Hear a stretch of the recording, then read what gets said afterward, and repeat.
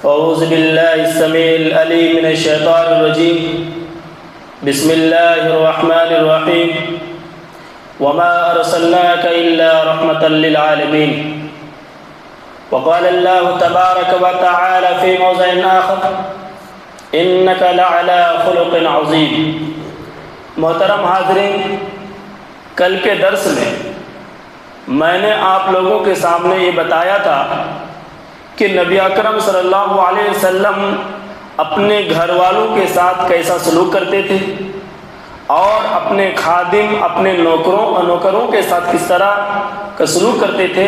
کل کے درس میں نے آپ کے سامنے بیان کیا تھا. آج کے درس میں آپ لوگوں کے سامنے یہ بتاؤں گا کہ نبی اکرم صلی اللہ علیہ وسلم کس قدر جود و سخاوت والے تھے. یعنی نبی اکرم صلی اللہ علیہ وسلم بڑے دل والے تھے. اللہ کے نبی صلی اللہ علیہ وسلم سے جب کوئی آدمی کوئی چیز مانگنے آتا، اللہ کے نبی صلی اللہ علیہ وسلم فوراً دے دیا کرتے تھے.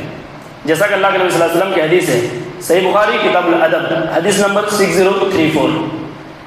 عن جابر رضی اللہ عنہ قال، حضرت جابر رضی اللہ عنہ بیان فرماتے ہیں، ما سئل رسول اللہ صلی اللہ علیہ وسلم شیئا قط فقال لا، کہ اللہ کے نبی صلی اللہ علیہ وسلم سے جب بھی کسی چیز کا سوال کیا جاتا تو کبھی بھی ایسا نہیں ہوا کہ اللہ کے نبی صلی اللہ علیہ وسلم نے نہ کہا.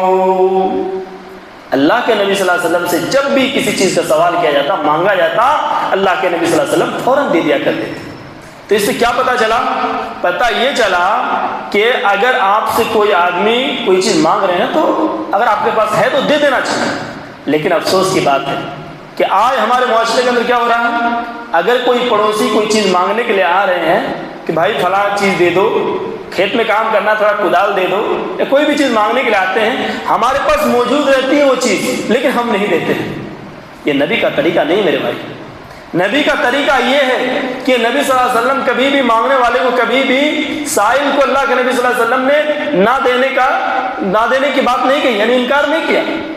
تو اس لیے ہمیں نبی کے جو ہے اخلاق کو اپنانا ہے، اور کوئی بھی آدمی کوئی چیز مانگے آپ کے پاس ہے تو دے دینا چاہیے. اسی طرح اللہ کے نبی صلی اللہ علیہ وسلم کی دوسری حدیث ہے، صحیح مسلم کتاب الفضائل حدیث نمبر 2312.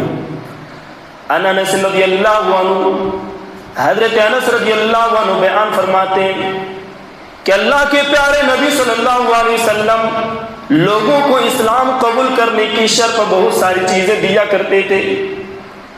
یعنی اللہ کے نبی صلی اللہ علیہ وسلم ایک شرط لگاتے تھے، کنڈیشن لگاتے تھے کہ جو اسلام قبول کرے گا ہم اس کو فلاں فلاں چیز دیں گے.